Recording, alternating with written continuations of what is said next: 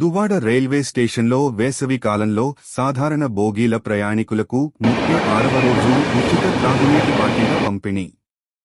ఈ రోజు సోమవారం దువ్వాడ రైల్వే స్టేషన్లో 36వ రోజు కూడా ఉచిత త్రాగునీటి పంపిణీ కార్యక్రమం నిర్వహించారు.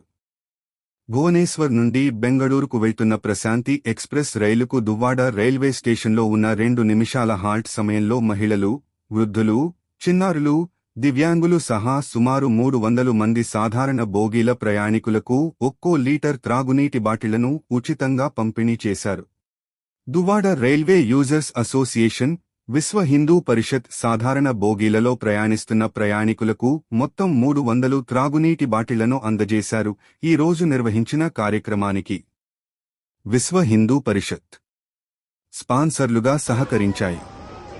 అలాగే పలు స్వచ్ఛంద సంస్థలు, దాతలు మరియు సేవాభావం కలిగిన వ్యక్తుల సహకారంతో ఇప్పటివరకు మొత్తం 9240 త్రాగునీటి బాటిళ్లను సాధారణ బోగీల ప్రయాణికులకు ఉచితంగా పంపిణీ చేసినట్లు నిర్వాహకులు తెలిపారు. ఈ కార్యక్రమంలో భాస్కరరాజు, రామారావు, రంగరాజు, అక్షర, ఆశ్రిత, హనుమంతరావు, అశ్విన్, సత్యనారాయణ, సూర్యనారాయణ, వాసుబాబు, కామేశ్వరరావు, విజయ్ కుమార్, గౌతమ, బిఆర్కే రావు, భాస్కర్, గోవిందరాజు, కోటేశ్వరరావు తదితరులు పాల్గొన్నారు.